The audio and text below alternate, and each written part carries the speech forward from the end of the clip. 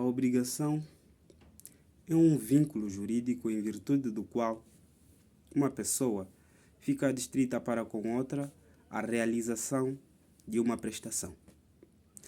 Esta é a noção que o legislador angolano nos apresenta no Código Civil, artigo 397, o artigo que dá abertura ao livro sobre o direito das obrigações, que vai do artigo 397 ao 1250.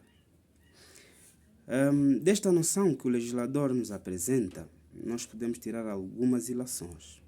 Primeiro é que ele diz que a obrigação é um vínculo jurídico. E por vínculo jurídico nós vamos entender de forma mais simples como uma ligação jurídica entre dois sujeitos. Este vínculo jurídico faz com que os sujeitos desta relação jurídica, e aí está, deve ser uma relação jurídica, aquela que tem alguma relevância para o direito e que, portanto, por ela é tutelada.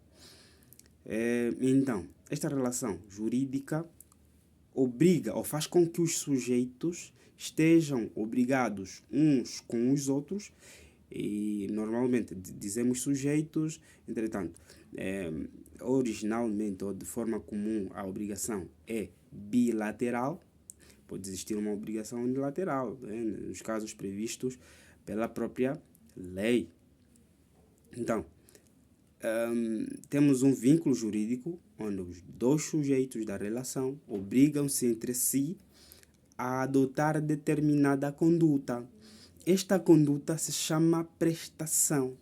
Então, quando a definição nos diz que a obrigação é um vínculo jurídico, é uma ligação jurídica, é uma relação jurídica, em virtude do qual que duas pessoas ficam adstritas uma para com outra a realização de determinada prestação, está a dizer que uma pessoa se obriga a adotar determinado comportamento, determinada conduta, no sentido de satisfazer os interesses da contraparte. O credor se obriga a entregar a coisa ou a prestar o facto, e o devedor se obriga a pagar o preço. Então, estas duas prestações correspondem-se umas com as outras. É o tal chamado sinalagma, a correspondência entre a prestação do devedor em relação à prestação do credor. Chegados até aqui, interessa também dizer que as obrigações ou as prestações que são o objeto da obrigação podem assumir naturezas distintas. Temos, por um lado, a prestação de facto e a prestação de coisa. Claro que depois a doutrina apresenta outras classificações em relação à prestação, mas hoje e neste vídeo nós vamos falar apenas destas modalidades: prestação de facto e prestação de coisa.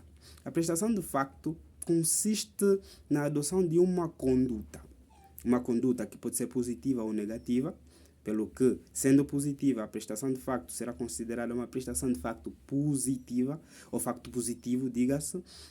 Sendo uma conduta negativa, a prestação assume a designação de prestação de facto negativo. Vamos traduzir isto. Uma prestação de facto positivo obriga o indivíduo a fazer alguma coisa.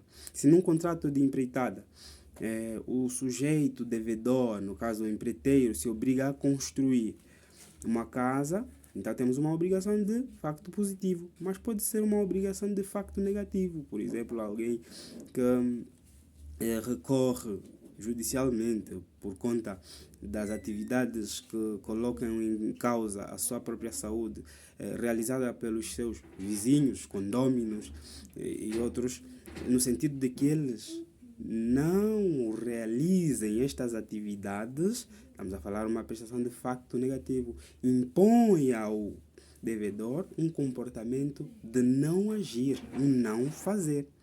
Mas nem sempre a obrigação é de facto, ela pode ser de coisa, o que significa que o sujeito se obriga a entregar determinada coisa.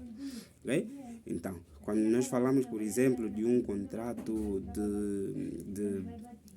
de mútuo, o que é que o credor espera do devedor? Que lhe entregue determinada coisa que é o objeto da obrigação.